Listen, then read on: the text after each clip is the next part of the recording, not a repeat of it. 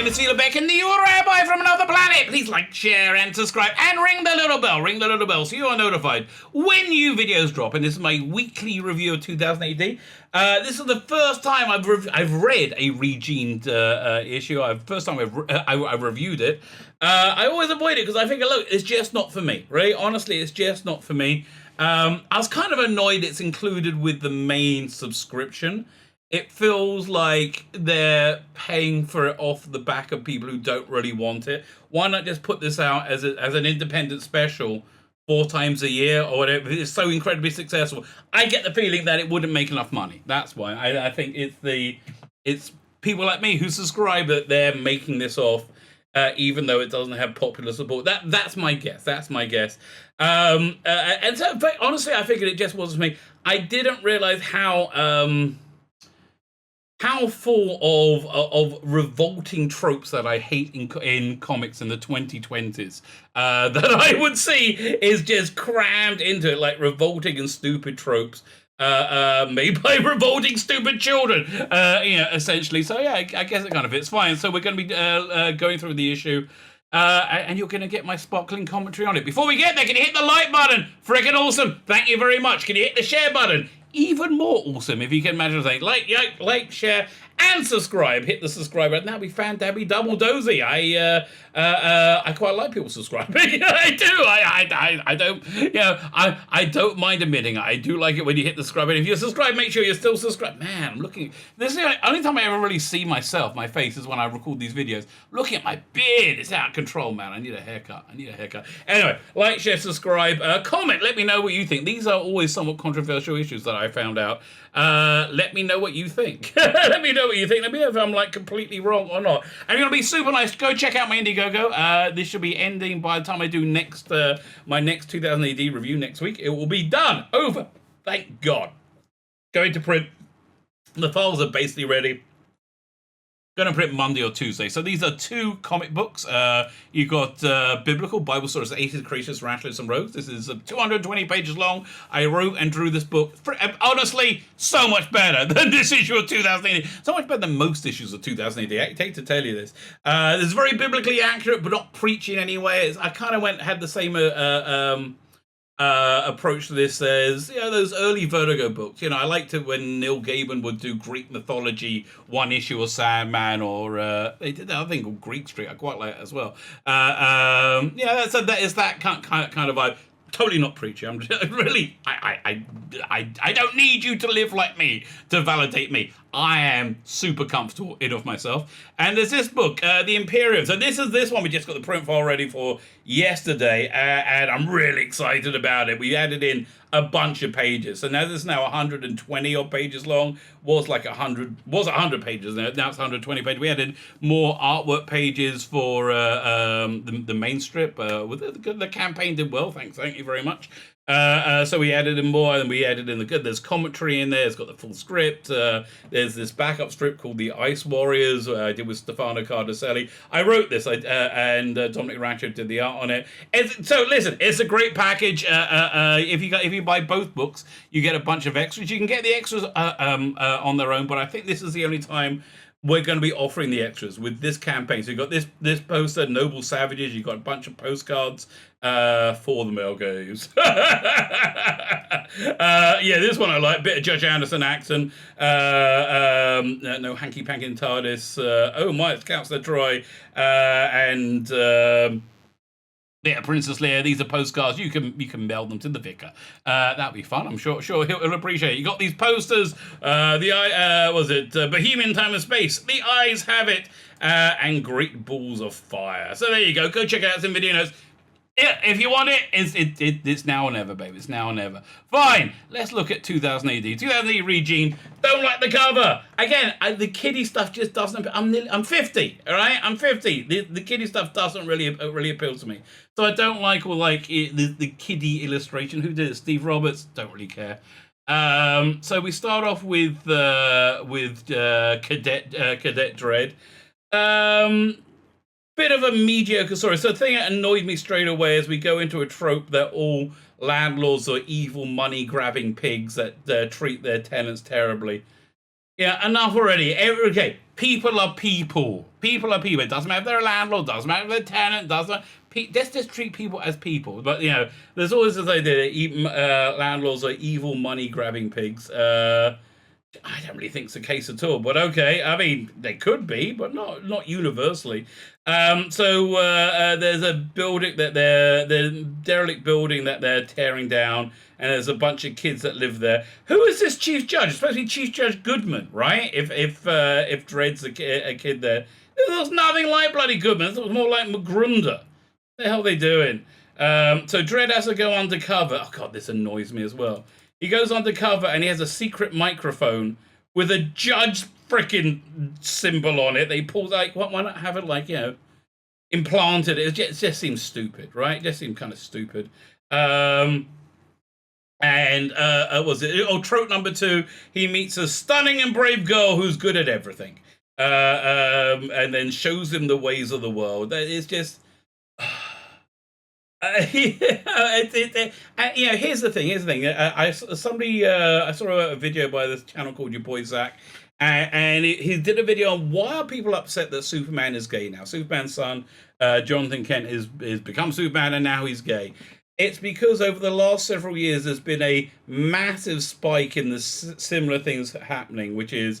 Look, essentially, in American comics, they're a one-trick pony. They take characters that are established and make them black, gay, trans, or female. Right? One of those are a combination of these. But when they do that, it's kind of like the death of the character, because once they do anything, make those characters they can't have any character flaw. They never do. If you're black. I think there's much more roles for black people now on TV and in Hollywood. Far less variety of roles. You can either be a black woman who's going to be a soulful saint, right? Or you can be or angry. Angry is the other big one. Angry black or if you're a black man, you've got to be an effeminate man, and that's basically who suffers racism, right? So we got this story. Finally, we meet the villain. It's an ex-cadet judge who's taken control of these people, of these kids, and basically figured them out. Got them to go and steal stuff for him. And again, the artwork's okay, but again, I just don't like the kiddie feel, right? And so he ends up being arrested, and Dredd beats him. Oh, right. That's the other thing about the stunning and brave girl. She didn't buy rocket boots. She invented them. She built them because she's super clever. That was a real eye roll moment. So they get the judges come, and he wins. Judge wins. It's a throwaway script. I'm not really into it at all. And again, once again we have Magruder somehow as the chief judge. And that's how they set up the Ron Moody block for rehabilitation. That sounds familiar. I'm sure we've seen it before somewhere. Second story is a Rogue Trooper spin-off called Mayflies. It's not very well written in that it's confusing. You have a bunch of genetic infantrymen like Rogue Trooper, but they're much younger and they're designed to last much shorter time. They're called Mayflies. Okay, that's an interesting idea. But they're in a Naught shuttle. Great artwork, by the way. Simon Carby, great artwork. Dylan T, great coloring. I mean, both of them excellent, right? They're in a Naught shuttle and they escape to this place on this space station on the outskirts of Souther territory. But they are Southers, and I think the Naughts kidnap them to stop them being. I don't know, right? I don't, and I shouldn't be so freaking confused. This is.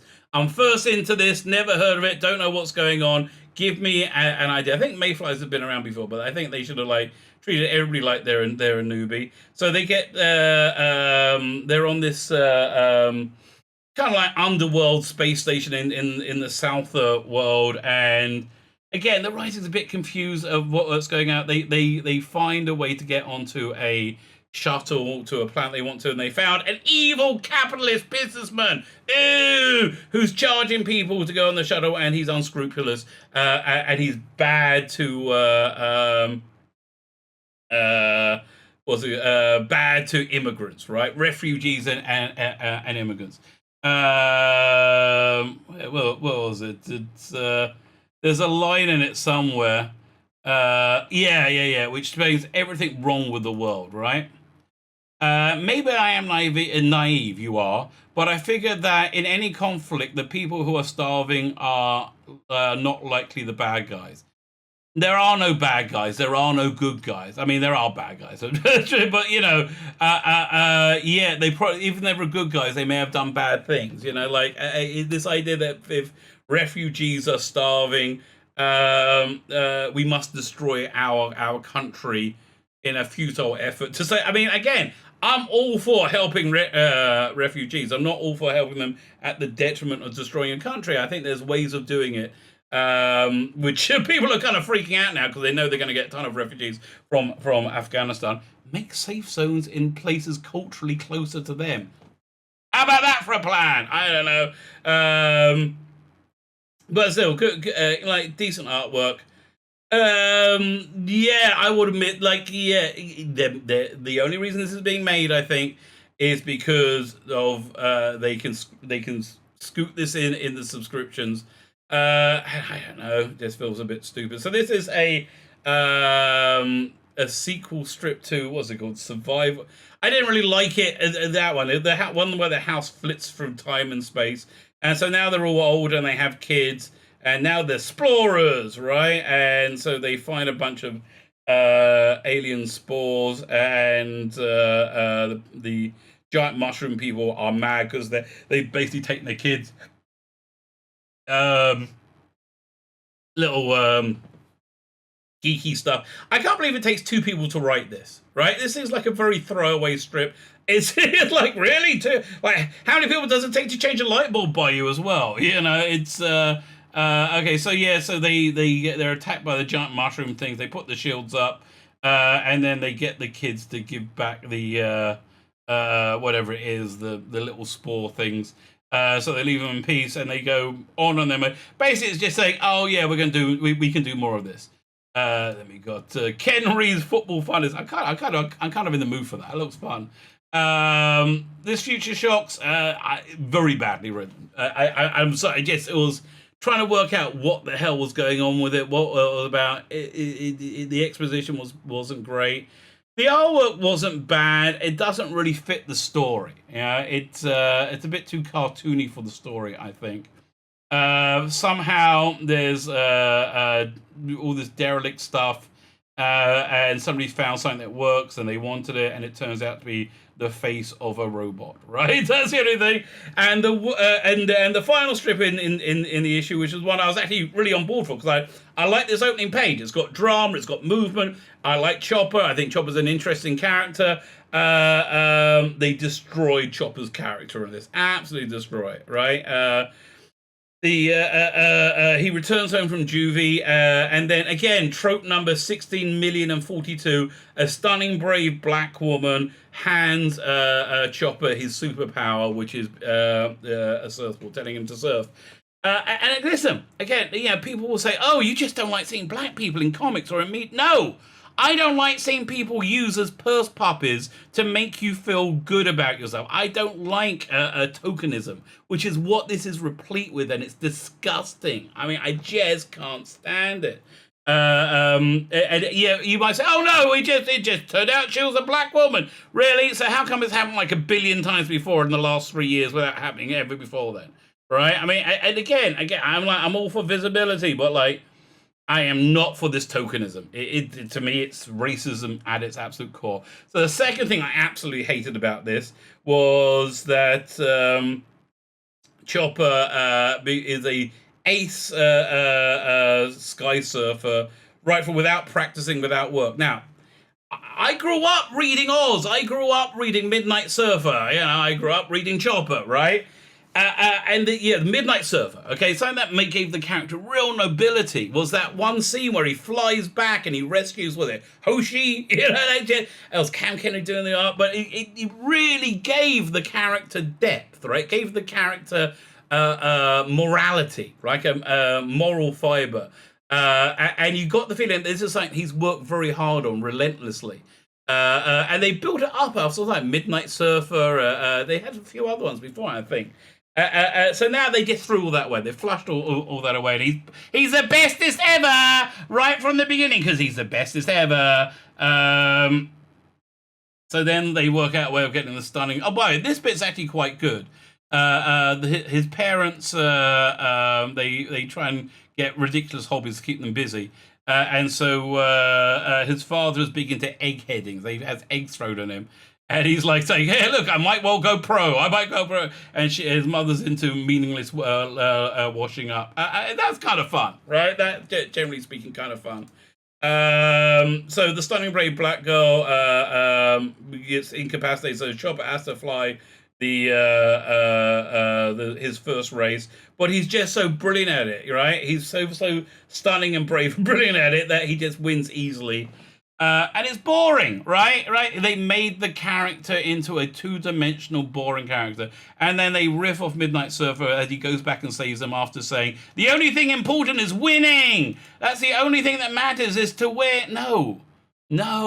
It's such a fundamentally wrong lesson. Then we got this ad for... This looks like it's coming in 2000AD next week, not Judge Dredd. So they got Jaeger starting next week. Fogg's thrillers. I quite like the thrillers. Skip Tracer, bit generic, and Dexter. I'm kind of waiting for it to be over. But this Judge Dredd looks awesome, right? Is it Greg Staples or one of those? It's not one of the Judge Death ones. But yeah, it's that I'm psyched for. And then they say, oh, look, you can buy more of this shit.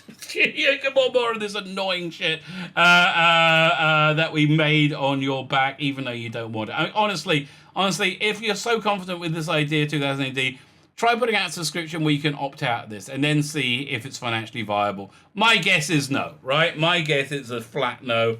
So there you go. I've never read a REGENED issue before.